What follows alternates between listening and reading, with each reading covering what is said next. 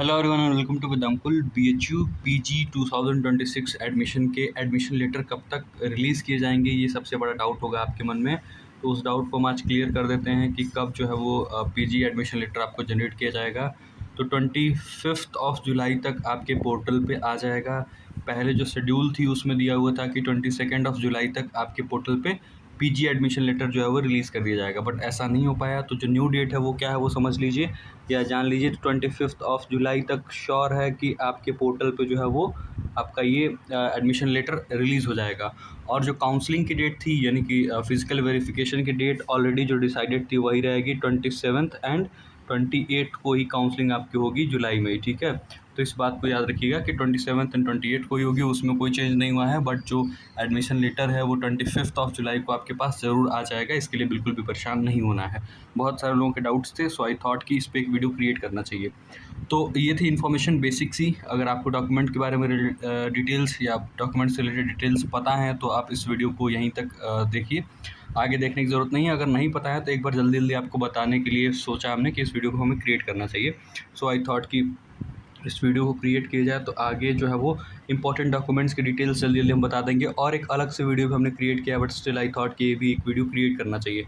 सो reporting के समय निम्नलिखित मूल दस्तावेज उनकी एक स्व प्रमाणित फोटोकॉपी प्रति तथा 6 पासपोर्ट आकार के फ़ोटो के साथ लाना अनिवार्य है। जो ये डॉक्यूमेंट्स लिखा हुआ है ये सारे डॉक्यूमेंट्स आपको लाने होंगे, और 6 फ़ोटोग्राफ्स भी अपनी आपको लेके आनी है पासपोर्ट साइज़ में।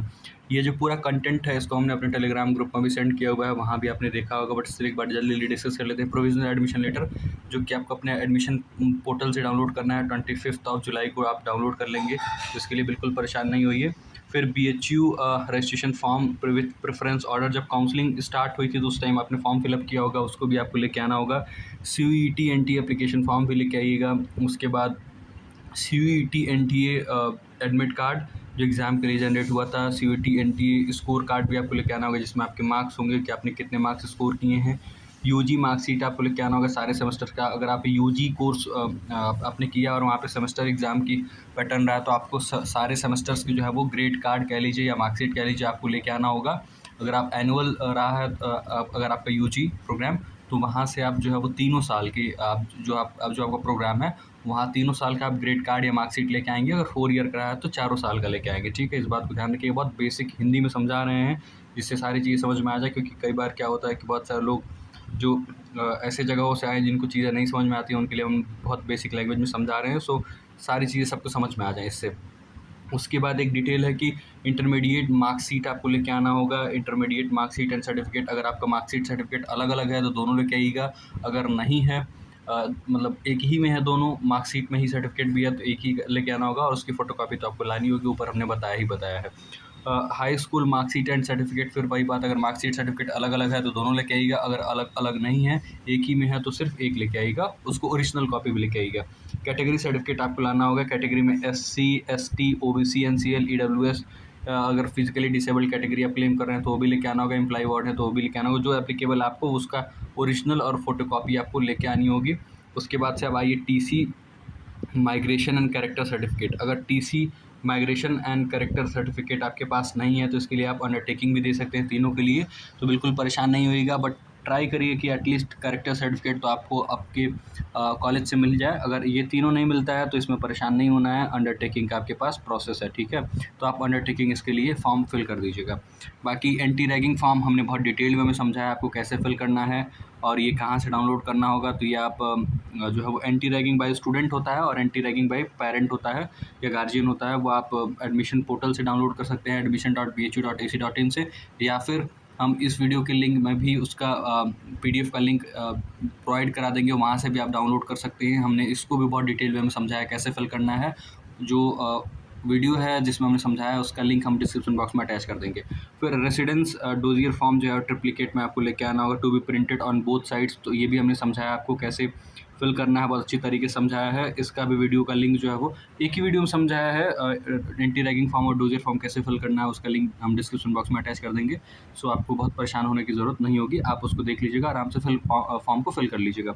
6 पासपोर्ट साइज़ फ़ोटोग्राफ्स आपको लेके आने हैं, हमने पहले ही बता दिया। कुल 6 फ़ोटोग्राफ्स आपके लगेंगे। कुछ इंपॉर्टेंट बातें और भी हैं जिनको आप फिर से देख लीजिए। कुछ महत्वपूर्ण निर्देश ये है कि यदि कोई अभ्यर्थी प्रवेश के लिए दावा किए गए वैध श्रेणी प्रमाण पत्र को प्रस्तुत करने में असफल रहता है तो उसकी अभ्यर्थिता बिना किसी अन्य सूचना के तत्काल निरस्त कर दी जाएगी। तो ध्यान रखिएगा, जो भी कैटेगरी सर्टिफिकेट आप क्लेम किए हैं, मतलब कैटेगरी क्लेम की है, तो उसके रिगार्डिंग आपको सर्टिफिकेट ओरिजिनल में और उसकी फ़ोटोकॉपी या जीरोक्स कॉपी कह लीजिए, वो आपको लेके आना होगा। तो इसका ध्यान रखिएगा। और ईडब्ल्यूएस अगर आप क्लेम कर रहे हैं तो आपका ईडब्ल्यूएस जो है वो 1 अप्रैल 2026 या उस डेट के बाद का होना चाहिए, यानी 1 अप्रैल 2026 या 1 अप्रैल 2026 के बाद का होना चाहिए, उसके पहले का नहीं होना चाहिए, वो वैलिड नहीं है, ठीक है। एडमिशन में अगर ओबीसी कैटेगरी आप क्लेम कर रहे हैं तो आपका जो भी सर्टिफिकेट है ओबीसी कैटेगरी क्लेम करने का, मतलब ओबीसी सर्टिफिकेट, वो 1 जनवरी 2026 का होना चाहिए या उसके बाद का होना चाहिए, यानी कि 2-3 फरवरी या जनवरी या फिर मार्च का होना चाहिए, अप्रैल का हो सकता है, मई का हो सकता है, जून जुलाई का हो सकता है, लेकिन इसके पहले का नहीं हो सकता है। ये थी इंपॉर्टेंट अपडेट्स। आई थिंक आपको चीज़ें समझ में आई होंगी, इसमें कुछ बहुत समझाने की ऐसा ज़रूरत नहीं है, बट इस चीज़ हमने सोचा कि एक बार जल्दी-जल्दी चीज़ों को बता दिया जाए जिससे कि आपको चीज़ें क्लियर हो जाएँ। और इन सब की क्या है कि मूल दस्तावेज़ ओरिजिनल कॉपी तो आपको लेके आनी ही आनी है। उसके साथ-साथ सेल्फ अटेस्टेड, यानी आप डॉक्यूमेंट की फ़ोटोकॉपी करा के और उसके नीचे अपना सिग्नेचर भी करेंगे, ऐसे डॉक्यूमेंट्स भी आपको लेके आने हैं। तो ये थे पूरी अपडेट। स्टिल कोई डाउट हो तो कमेंट बॉक्स में कमेंट करिएगा, टेलीग्राम ग्रुप को ज्वाइन कर लीजिए। आजकल जो भी आपको डाउट्स होंगे या फिर कभी भी डाउट्स होंगे उनकी ज़रूर हम रिज़ॉल्यूशन वहाँ प्रोवाइड कराते रहते हैं, आपको रिप्लाई करते रहते हैं। तो this was all about, thank you very much, see you all in the next video. और जाते-जाते चैनल को सब्सक्राइब भी कर दीजिएगा। Thank you very much, see you in the next video.